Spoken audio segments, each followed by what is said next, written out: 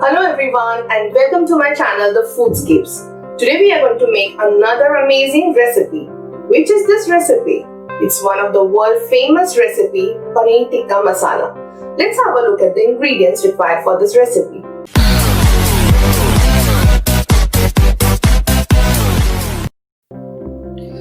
So of course we'll require paneer for this. Another word for paneer is cottage cheese. This is approximately 400 grams of paneer, finely cut into cubes. I have kept this piece which we are going to require it for garnishing towards the end of the recipe. Let's have a look at the other ingredients required. We have over here finely chopped onion, one medium sized. This is 2 medium sized tomatoes, finely chopped. We are going to require some fresh green, some chopped garlic, some chopped ginger. We are going to require a few cashew nuts for this as well. This is ginger garlic paste, few cubes of butter, dried fenugreek leaves, or as everybody knows it, Kasuri Methi. This is hung curd, approximately 200 grams. This is Kashmiri Lal Mirch powder for the color. This is our regular red chili powder. Some salt to taste. This is the Garam Masala, and this is the Jeera Powder. We are also going to use some color because this is a very colorful dish. What I have used over here is a few strands of saffron which are dipped in water. You may also opt for food color. Since I don't like using food colors and I like keeping my food natural, recipes looking natural, I have used saffron. Let's start with the marination of the paneer. We'll take this dahi. In goes dahi into the bowl. We'll add some ginger garlic paste to this. Approximately 1 spoon would be enough. We'll add some garam masala to this. In goes some jeera powder. We'll add some Kashmiri Lal Mirch to this. The regular red chili powder. And salt. You have to be careful with the salt because you would be adding salt in the gravy as well. And a few leaves of Kasuri Methi, which I'm just going to rub into my palms, and I'm going to put in this only the powder. It gives a very beautiful flavor to the dish. That's why I like this ingredient. It's one of my favorites. Get rid of this. You don't need to add this to the dish. Now, let's mix all of this together and make a good paste. Now that we have mixed this, we are going to add the paneer cubes to this. Slowly we'll add all of them. We don't want to break them.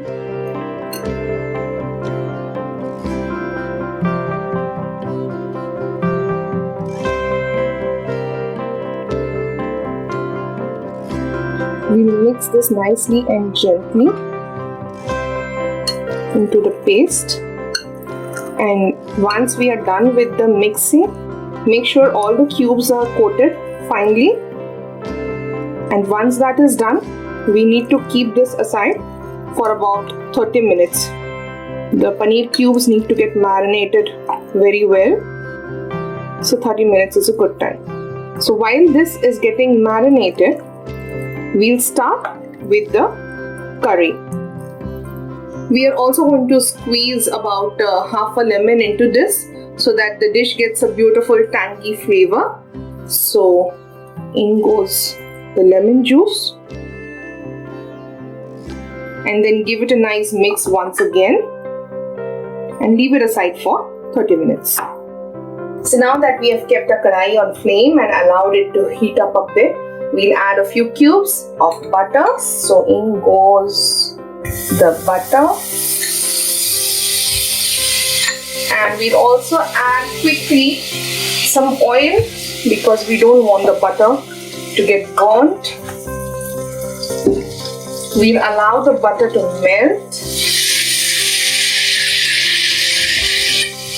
While this is happening, in goes our chopped onion.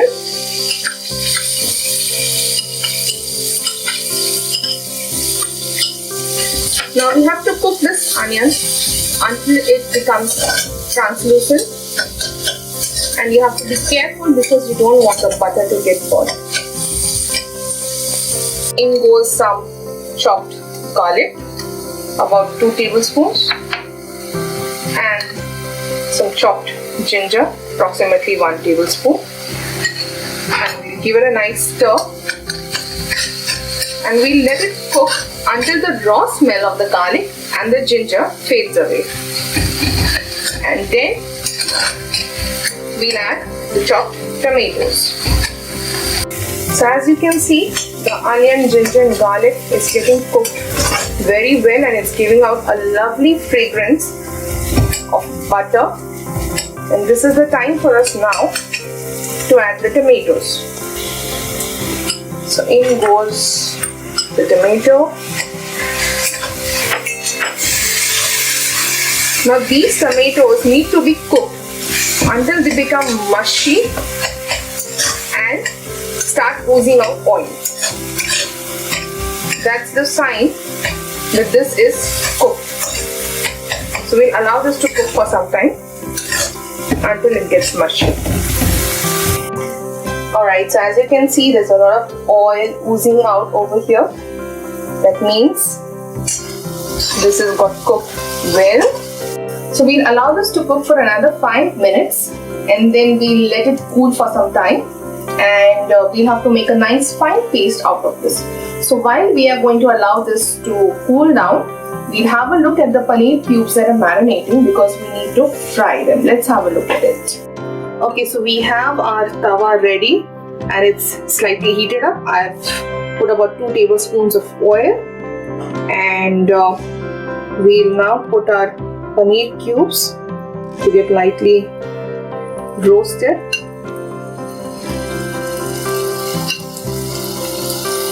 Finally, all the cubes are here, and whatever is the leftover marinade, make sure all of it goes into the paneer. It will only add taste to the entire dish. And coat it well. We'll allow this to cook nicely on both the sides. Okay, now these pieces are getting cooked. I'm just turning a few of them. As you can see, there is some gravy coming out of this. That's because we've added curd to the marination, so there's nothing to get scared or worried.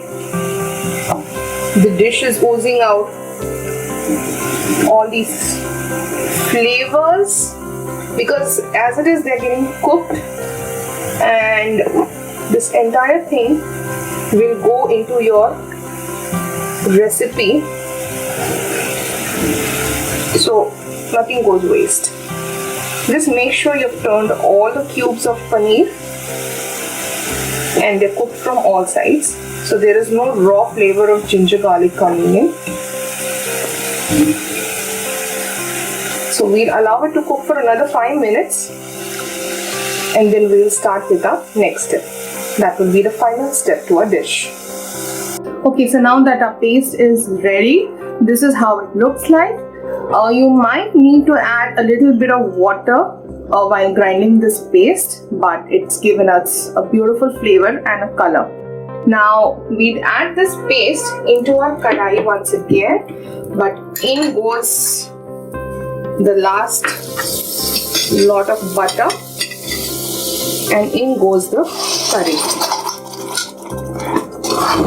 We'll have to bring this to a boil again. Now, as you all would have noticed, Paneer Tikka Masala is a slightly sweet dish, so we will have to make this dish slightly sweet, we'll add a little bit of sugar. This is just 1 teaspoon of sugar. You can add powdered sugar. I have just taken sugar granules over here. Allow it to get cooked. Once this comes to a boil, we'll then go ahead and add our chunks of paneer. Now that our curry is getting boiled, I'll add the saffron water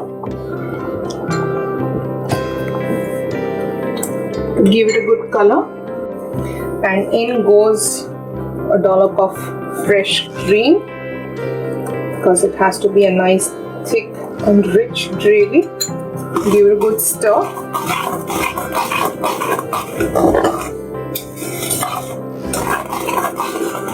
We allow this to boil for another 2 minutes.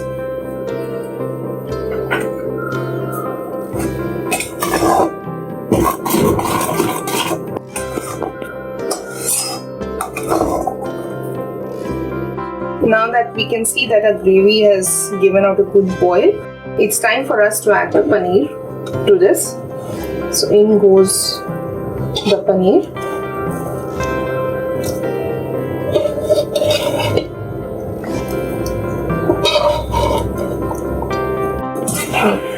Let's give this a good mix.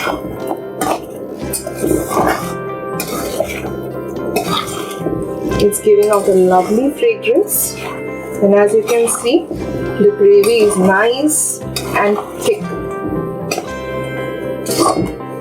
We'll allow this to cook for another 2 minutes, and then we'll do the plating.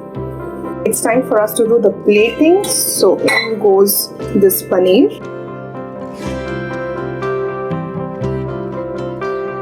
In goes the last dollop of butter. Give it a nice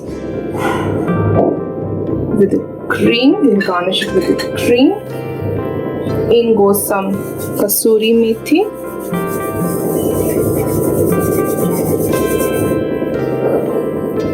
And remember, we had kept a piece of paneer in the beginning that we said we are going to use it towards the end. And that's the time. Now is the time when we are going to use it. We'll gently grate this paneer.